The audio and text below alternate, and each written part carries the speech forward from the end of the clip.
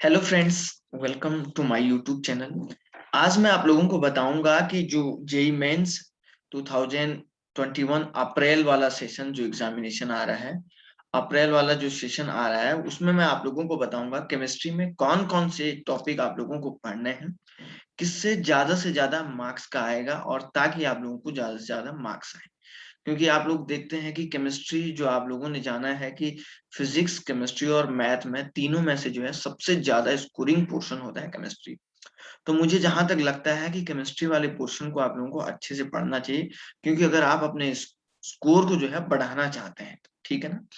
तो कुछ टॉपिक हैं जो वेटेज टॉपिक हैं जो बहुत बहुत इंपॉर्टेंट हैं, जिनको पढ़ना काफी ज्यादा इंपॉर्टेंट है। क्योंकि एग्जाम में बार बार कुछ क्वेश्चन ऐसे होते हैं जो रिवाइज भी होते हैं केमिस्ट्री में, और कुछ ऐसे होते हैं जो एनसीईआरटी से डायरेक्टली आ जाते हैं। तो तमाम बहुत सारी प्रॉब्लम्स हैं जो आप लोगों को जाननी है। आइए हम लोग एक एक करके जानते हैं कुछ चीजें, कुछ इंपॉर्टेंट सी बातें। तो मैंने यहाँ पे लिखा हुआ है guys, important topics for the JEE Mains 2011 April वाले एग्जामिनेशन में, क्योंकि बहुत सारे स्टूडेंट को अप्रैल का इंतजार होता है और काफी देश भर में बहुत सारे बच्चे जो है इस एग्जामिनेशन की तैयारी के लिए बैठे हुए हैं, ठीक है ना। सो गाइस आइए चलिए स्टार्ट करते हैं। तो सबसे पहले हमारे पास जो है, जो जेईई मेंस ने हमें बताया गया है कि ये जो जो भी चीजें मैं आपको बता रहा हूँ, जेईई मेंस से जो सिलेबस हमें मिला हुआ है उसके बेस पे हम लोग बात करते हैं। तो बहुत सारे जो है स्टूडेंट जो है केमिस्ट्री में जो है काफी ज्यादा प्रॉब्लम फील करते हैं। तो मुझे लगता है कि केमिस्ट्री ही जो है तीनों के तीनों पोर्शन में से जो है सबसे आसान वाला पोर्शन है, समझ रहे ना। केमिस्ट्री ही जो है तीनों में से जो है सर सबसे ज्यादा आसान वाला पोर्शन है। तो इसको आपको ज्यादा से ज्यादा पढ़ना चाहिए, ठीक है ना। तो इसमें बहुत सारे न्यूमेरिकल हैं तीनों पोर्शन से, जैसे फिजिकल, इनऑर्गेनिक और ऑर्गेनिक। जो है फिजिकल में आपको न्यूमेरिकल बेस्ड आते हैं, और इनऑर्गेनिक में आपको कंसेप्चुअल और थोड़ा सा जिसको बोलते हैं लर्निंग बेस्ड क्वेश्चन आते हैं, और ऑर्गेनिक में आपको रिएक्शन बेस्ड क्वेश्चन आते हैं। तो हमने जो है एक एक करके सबको कैटेगराइज किया गया है कैसे आप लोगों को किस टर्म को पढ़ना है, ठीक है ना। तो आइए सबसे पहले स्टार्ट करते हैं अपने ऑर्गेनिक वाले पोर्शन से, ठीक है ना। ऑर्गेनिक वाले पोर्शन से हम लोग आइए जो है स्टार्ट करते हैं। ऑर्गेनिक वाले पोर्शन में क्या इसमें आता है, ठीक है ना। तो जैसा कि आप जानते हैं कि सर ऑर्गेनिक केमिस्ट्री काफी इंपॉर्टेंट है, ठीक है ना। जैसे कि आप लोगों ने पहले भी एग्जामिनेशन दिया है कि ऑर्गेनिक पोर्शन आप देख रहे हैं 2017 से लेके 2017 से लेके अब तक मैं देख रहा हूँ जो ऑर्गेनिक का पोर्शन है, जो ऑर्गेनिक का पोर्शन है वो बहुत ज्यादा से ज्यादा आने लग गया है। ऑर्गेनिक वाला जो पोर्शन है 2017 से हम लोग देख रहे हैं कि सर ये जो पोर्शन है ये काफी ज्यादा आ रहा है एग्जामिनेशन में, ठीक है ना। तो इसमें काफी ज्यादा रिएक्शंस हैं। तो मैंने जो है इस organic chemistry, topic of the organic chemistry को हमने जो है इस तरीके से जो है अलग अलग उसमें बांट रखा है, कैटेगराइज किया गया है। पहला मैंने नोमेनक्लेचर में हम लोगों ने डिसाइड किया है, फिर टाइप्स ऑफ रिएक्शन और फिर ऑर्गेनिक सिंथेसिस। इन तीन पोर्शन के बेस पे आप लोगों का जो ऑर्गेनिक वाला पोर्शन है वो ज्यादा से ज्यादा आप लोगों से पूछा जाता है। तो नोमेनक्लेचर का मतलब आपका हो गया कि आईयूपीएसी से थोड़ा सा रिलेटेड क्वेश्चन इसमें आ जाते हैं, और आईयूपीएसी भी हो गया, या किसी ड्रग्स का नाम पूछ दे, या किसी कंपाउंड का आईयूपीएसी नोमेनक्लेचर पूछ दे, या ईजेड के रिस्पेक्ट में आपको पूछ दे, समझ रहे हैं, या कोई ड्रग्स या कोई केमिकल कंपाउंड दे दे और बोलेगा उसका नाम क्या है, उसका फॉर्मूला क्या है। किसी इनऑर्गेनिक सॉल्ट का, जैसे मैं आपको बताता हूँ फिटकरी, या किसी फिटकरी का फॉर्मूला बोल दे, या फिटकरी का केमिकल नाम पूछ दे, या कोऑर्डिनेशन केमिस्ट्री आप लोगों ने पढ़ी होगी, कोऑर्डिनेशन कंपाउंड के आईयूपीएसी नोमेनक्लेचर पूछ दे। तो ये सारी चीजें इसमें से आती है, ठीक है ना। तो ये जो है अब ऐसा जो क्वेश्चन आता है तो आप खुद समझ सकते हैं कि सर ज्यादा टाइम भी नहीं लगेगा। आप देखिए 4 नंबर का एक क्वेश्चन आएगा, 4 नंबर का क्वेश्चन अगर मान के चलिए उसने जो आपको जो है किसी एक रिएजेंट का नाम पूछा है, मान के चलिए आप लोगों को किसी एक रिएजेंट का नाम पूछा है। अब रिएजेंट का नाम मान के चलिए आपको उसका आईयूपीएसी नोमेनक्लेचर लिखना है, वो आप ज्यादा से ज्यादा 20 सेकंड, तो 20 सेकंड में आप उसको सॉल्व कर लोगे ना। सर 20 सेकंड में आप लोग उसको बढ़िया से सॉल्व कर लोगे, क्योंकि इतना टाइम नहीं लगता है। बहुत ही सिंपल सा क्वेश्चन आएगा और वो आपको बहुत आसानी से सॉल्व करना पड़ेगा, ठीक है ना। दूसरा, तो यहाँ पे आप देख रहे हैं तो काफी ज्यादा काफी इजी इसमें से आते हैं, ठीक है ना। और क्वेश्चन जो है आपको बताया कि सर चाहे आसान हो या टफ क्वेश्चन हो, टफ क्वेश्चन का एक प्रॉब्लम क्या है कि सर उसमें ज्यादा टाइम लगेगा, आसान क्वेश्चन में कम टाइम लगेगा, और मार्क्स तो बराबर ही आना है ना। तो मुझे उम्मीद से भी लगता है कि आप लोग जो है काफी इसको आसानी से कर सकते हैं। ओके, तो ये पहला तो हमारा हो जाएगा। सेकंड वाले पोर्शन में देखते हैं टाइप्स ऑफ रिएक्शन। तो देखिए, तो this is also one of the important topics for the JEE Mains 2000, ठीक है ना, 21, ठीक है ना। जेईई मेंस 2021 के लिए काफी ज्यादा से ज्यादा इंपॉर्टेंट है, ठीक है ना। यहाँ पे क्या होता है, कुछ टॉपिक जो है मॉडरेट टॉपिक आते हैं, कुछ जो है हाई लेवल के टॉपिक आते हैं, लेकिन इसमें टाइप्स ऑफ रिएक्शन, जैसे आपको सब्स्टिट्यूशन रिएक्शन का कोई क्वेश्चन दे दिया जाए, जैसे जनरल जीओसी आप लोगों ने पढ़ी होगी, जैसे जीओसी जनरल ऑर्गेनिक केमिस्ट्री, और दोनों का कॉम्बिनेशन से क्वेश्चन आ जाए रिएक्शन मैकेनिज्म का, जैसे जीओसी, और आप लोगों को एक पोर्शन पूछा जाए सर रिएक्शन मैकेनिज्म। अब रिएक्शन मैकेनिज्म जैसे आपको बोलेगा भाई सब्स्टिट्यूशन रिएक्शन का कोई SN1 के थ्रू कोई पूछ दे, या SN2 के थ्रू कोई पूछ दे, या एलिमिनेशन का प्रोडक्ट पूछ दे, या फ्री रेडिकल रिएक्शन मैकेनिज्म का प्रोडक्ट पूछ दे, या बोलेगा इसमें इंटरमीडिएट क्या बनेगा, समझ रहे ना, इंटरमीडिएट क्या बनेगा। जीओसी वाले पोर्शन में क्या होता है, जैसे सर स्टेबिलिटी का ऑर्डर पूछ दे, जैसे स्टेबिलिटी का ऑर्डर पूछ दे, जैसे किसी कंपाउंड का जो है कौन ज्यादा स्टेबल है, एनर्जी का ऑर्डर पूछ दे। तो ये सारी की सारी चीजें, जैसे रेजोनेटिंग कंपाउंड के जो है स्टेबिलिटी का ऑर्डर पूछ दे, तो ये सारे के सारे पॉइंट जो है इसमें आपको इन्वॉल्व हो जाते हैं। तो इसके लिए आपको सबसे पहली बात है, आपको जो है student should have a good knowledge about a different type of reaction, और इनके लिए प्रैक्टिस करनी पड़ेगी। सबसे बड़ी बात क्या है, स्टूडेंट क्या है, रिएक्शन को याद कर लेता है। भाई एग्जामिनेशन में आप, जाहिर सी बात है, आप सोचिएगा रिएक्शन कितनी याद करोगे, वो कोई भी रिएक्शन दे सकता है आपको।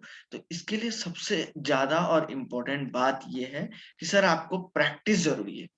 जब तक आपकी प्रैक्टिस नहीं होगी तब तक आपको बड़ी दिक्कत आएगी। अगर एक बार प्रैक्टिस हो जाए, और एग्जाम में मैं आपको बताता हूँ कोई ज्यादा ऐसा नहीं, बड़ा न्यूमेरिकल या मैथमेटिकल पोर्शन आपको बिल्कुल भी इसमें सॉल्व नहीं करना पड़ता है। बहुत ही सिंपल वे में ये आप लोग बहुत आसानी से सॉल्व कर सकते हैं, ठीक है ना, बहुत ही आसानी से सॉल्व कर सकते हैं। तो ये इसमें ये अलग अलग टाइप के पोर्शन आते हैं, ठीक है ना। तो इसको आप ऐसे तैयार कर सकते हैं। और ऑर्गेनिक सिंथेसिस तीसरा हमारे पास है, ऑर्गेनिक सिंथेसिस। तो सर ऑर्गेनिक सिंथेसिस में क्या पूछेगा, ऑर्गेनिक सिंथेसिस में क्या आपको पूछेगा, इसके बारे में आइए थोड़ा सा जानते हैं, ठीक है ना। यहाँ पे हम लोग जानते हैं कि ऑर्गेनिक सिंथेसिस में आपको क्या पूछेगा, इसके बारे में देखते हैं। देखिए ऑर्गेनिक सिंथेसिस में आपको बताता हूँ, सपोज यहाँ पे this is not a particular topic, this is not a particular topic, but a mix of all the question are, ठीक है ना, all the organic chemistry important topics for the JEE Mains. ये जो है एक particular topic से नहीं है, ये मिक्सर टाइप का है। मान के चलिए उसने कह दिया कि कोई एक रिएक्शन ए से बी हो रही है, और उसमें आपको कह दिया एक्स मिला दिया है, और बी से आपको बोला है कि कोई वाई मिला दिया है और सी हो रहा है, ठीक है ना। और ए का फॉर्मूला उसने कह दिया C2H5O है। और तो अब आपसे बोलेगा कि बी एंड सी क्या होंगे, बी और सी क्या होंगे। तो ऐसा एक क्वेश्चन आपसे पूछ सकता है, ठीक है ना। और मान के चलिए या हो सकता है कोई एक एसिड क्लोराइड आपको दे देगा, और एसिड क्लोराइड को बोलेगा RMgX के साथ रिएक्शन कराइए in presence of the water, और देन H+। और यहाँ पे सॉरी कोई जो है X बन रहा है, और इस X को फिर से आपसे कहेगा कि वाटर या किसी किसी अदर रिएजेंट के साथ कोई दूसरा रिएजेंट दे देगा, और इसके साथ रिएक्शन कराने को बोलेगा Y। तो बोलेगा कि भाई X और Y क्या हो सकते हैं, तो x और y क्या होंगे। तो इसके लिए आपको क्या है सर, अब यहाँ पे देखो, इस यहाँ पे दूसरा कंसेप्ट लगा, यहाँ पे दूसरा कंसेप्ट लगा, तो दो तीन कंसेप्ट को मिला के एक क्वेश्चन इसमें देखा, ठीक है ना। तो हमेशा मैंने जनरली देखा है 3 से 4 क्वेश्चन हर बार क्वेश्चन में देखा है जनरली, कि ऑर्गेनिक सिंथेसिस क्या था। आपको पता है कि बोलेगा कि, जैसे मैं आपको बता देता हूं कि जैसे आपने सुना होगा एंटी मार्कोनी-कोव रूल, बोलेगा कोई एक अनसिमेट्रिकल एल्कीन आपको ऐसे दे देगा, और इसको जो है H2O2 की प्रेजेंस में HBr के साथ रिएक्शन करा देगा, पहला। और दूसरा इसी को फिर से बोलेगा वाटर के साथ रिएक्शन कराइए और फिर हीट करा दीजिएगा, है ना। तो x कुछ बनेगा तो बोलेगा x क्या होगा, तो पहला रिएजेंट का कंसेप्ट कुछ और होगा, दूसरे वाले का कुछ और होगा कंसेप्ट। तो दोनों कंसेप्ट को एक साथ तैयार करके आपको आगे बढ़ना है, ठीक है। ये नहीं कि आप लोग जो है, क्योंकि जब तक आपको ऑर्गेनिक केमिस्ट्री का यही थोड़ा सा प्रॉब्लम है कि इसमें दो तीन पूरी ऑर्गेनिक केमिस्ट्री से कोई भी आपको अल्कोहल चैप्टर का कंसेप्ट भी उसी में मिक्स कर देगा, एल्डिहाइड का भी उसी में मिक्स कर देगा, और कीटोन का भी, और एक दो और क्वेश्चन इस तरीके से मिक्स करके आपको देगा, जिससे कि आप लोगों को सारा बिल्कुल, अगर क्रिस्टल क्लियर आपका बेसिक्स है तो आप बहुत सिंपली इसको सॉल्व कर सकते हैं, ठीक है ना। इस पे मैं एक वीडियो और बनाऊंगा, ऑर्गेनिक सिंथेसिस में किस टाइप की प्रॉब्लम आप लोगों को पूछी जाती है, उस पे हम लोग एक वीडियो इसके बाद बनाएंगे।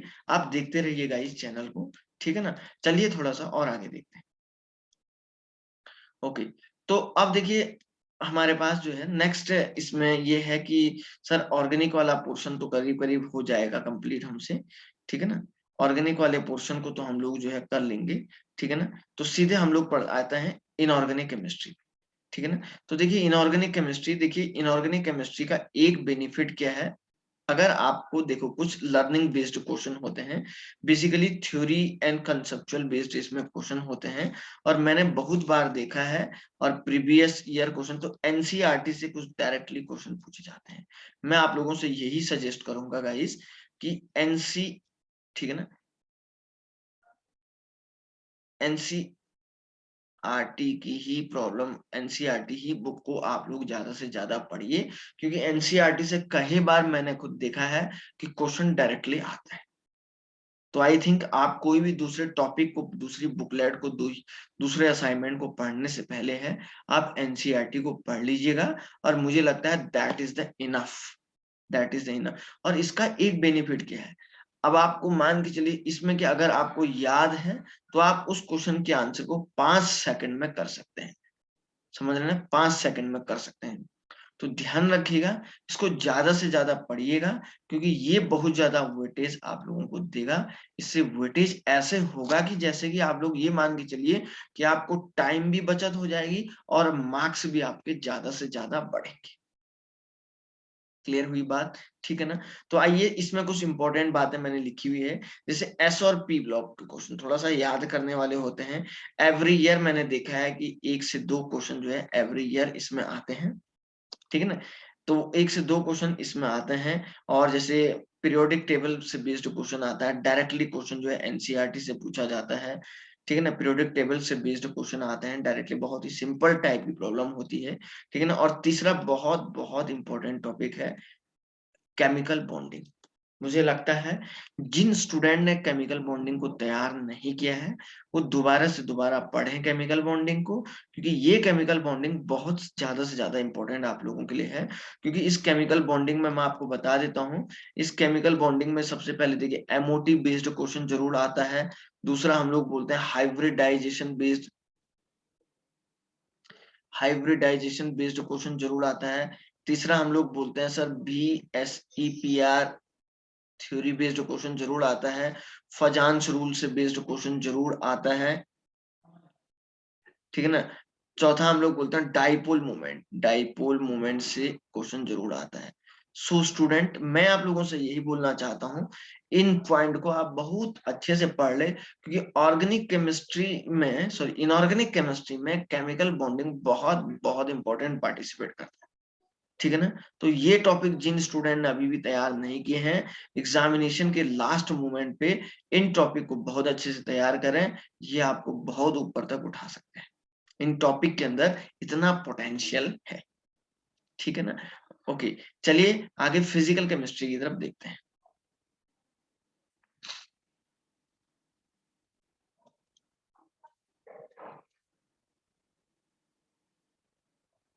ओके गाइस, तो इसमें यहाँ पे हम लोग देख रहे हैं सर ये फिजिकल केमिस्ट्री बेस्ड क्वेश्चन है कि क्या इसमें होता है। देखिए फॉर्मूला बेस्ड क्वेश्चन होता है, मैं आपको बताता हूँ, फिजिकल केमिस्ट्री कुछ भी टफ नहीं आती केमिस्ट्री में, न्यूमेरिकल पोर्शन भी इसका बहुत आसान आता है। डायरेक्टली जैसे आपको वर्क डन निकालना है तो W equal to minus of the P external into delta V से रिलेटेड एक क्वेश्चन